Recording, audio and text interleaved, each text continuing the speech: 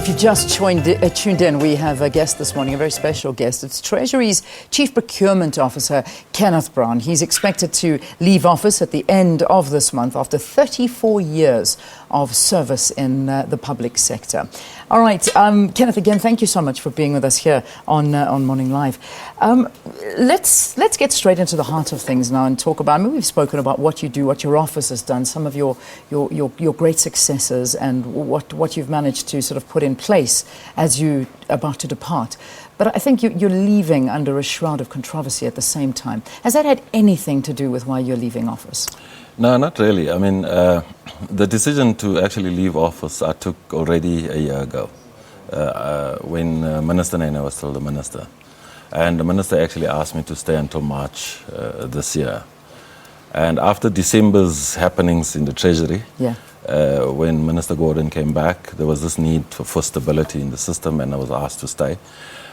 So in June, I had quite a bit of a lucrative offer in the private sector. And that's where I decided that this is my final push now. The minister asked me to actually just accelerate many of the things in the last 6 months because I was supposed to leave in June. And he asked me to accelerate many of the efforts that are underway.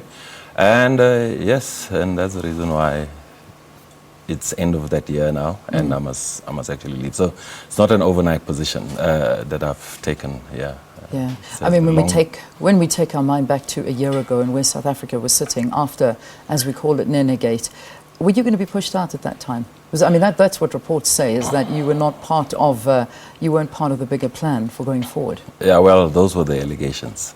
So I was not in the country at the time, actually, when all of that happened. I was in South Korea and China.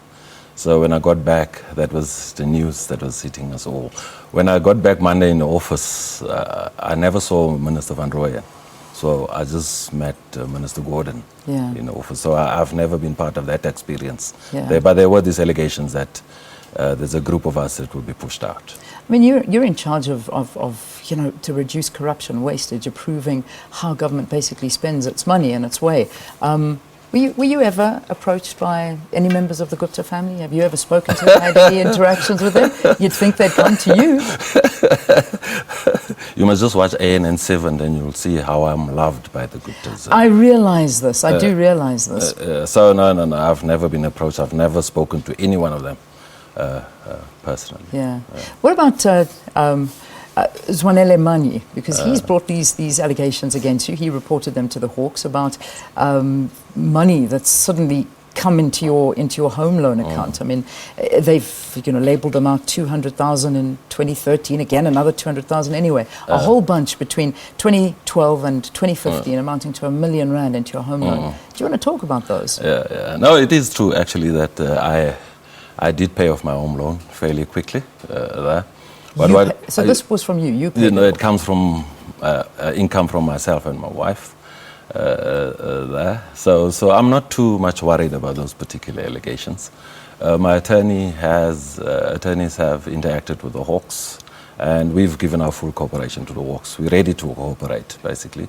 But we have also interacted with our banks, and the banks came back and gave us a clean bill of health, actually, saying that in our accounts, no cash deposit has been made, and all the transactions that are there are legit there. So there's nothing suspicious actually in our accounts. So to be frank, I'm not too worried about anything. The Hawks investigation is still ongoing. I mean, they're saying that you're leaving. That doesn't mean anything. They're still going to be looking into it. Have they been in touch with you? I mean, how far is the investigation as far as you know? No, they haven't been in touch basically with me. Do you have do you have a clear conscience as you leave? Because corruption is at the heart of what you have done. It would be the worst thing to sort of come out and find that you perhaps were one who had been involved in any form of corruption. No, I leave with a clear conscience, and this is the nature of this job.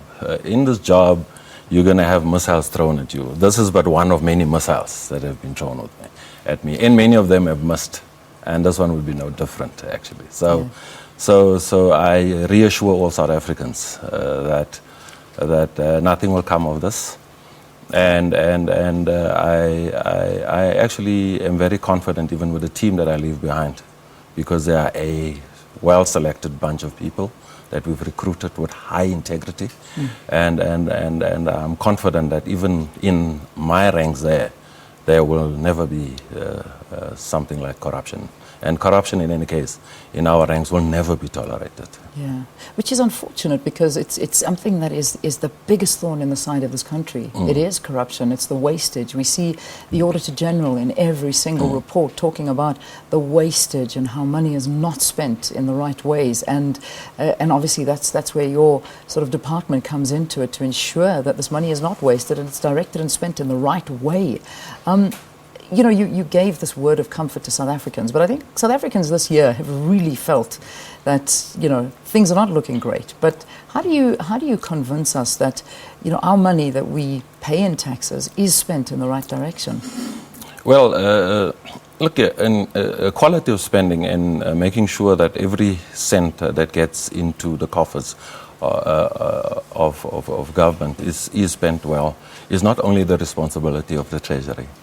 It is the responsibility of all 1,000 public procuring entities. It is the responsibility actually of Parliament that must oversee the system and make sure that it does work. But it is also the responsibility of each and every citizen to actually hold us accountable at the end of the day. So we can, as far as we have things under our control, give that assurance that as the National Treasury, we will put everything, make everything, take everything in every step actually to make sure that the money that's put into the system is spent efficiently. Yeah. But this is a collective effort. All South Africans actually must play their part in making sure that we are held accountable and the money that's in the system is spent well. Any news on your replacement? Who will be taking over from you? Well, I don't know whether the Treasury has formally announced that, but internally the Treasury has announced a person who will be acting, and until this position is basically filled. Yeah. What about you? I mean, we know that you're moving into the private sector. You're going to go and dabble in there after being a public servant for 34 years. Where are you going? Before I get to that, Leanne, I must say and thank all South Africans. You know, when my resignation broke a few days ago, the amount of calls that I got, the amount of WhatsApps that I got, the messages that I got were heartbreaking. Yeah. People, and it just showed the appreciation of the work that not only I was doing in the Treasury, but what the Treasury itself and my team was doing there. But also what all 20,000 supply chain practitioners in South Africa were doing. Because this is not only a Kenneth Brown initiative or a Treasury initiative, this is a government initiative. And all government practitioners actually, many of them are sad actually to see me leave, because we were moving this system into another world for that matter. Coming back to your question, incidentally, I also got calls from a few CEOs wanting to recruit me. Yeah, that's a good thing. That's a great. So which CEO did you choose? Where are you moving to? No, but these ones have been courting me for a while. Yeah. So I'll be moving to Standard Bank and doing some public sector work there. Fantastic. Well, listen, we wish you the best of luck. Thank you very much. Thank you for visiting us. I think this is the second time you've pretty much spoken to the media on television. Different world altogether, and you did a good job. Well done. No, thanks to you and thanks to Morning Live and the Morning Live viewers. Thank you very much. Kenneth Brown, thank you very, very much for being our guest here. Having breakfast with Kenneth Brown, if you want to talk to us or tweet us about that interview, you're more than welcome to @Morning Live SABC.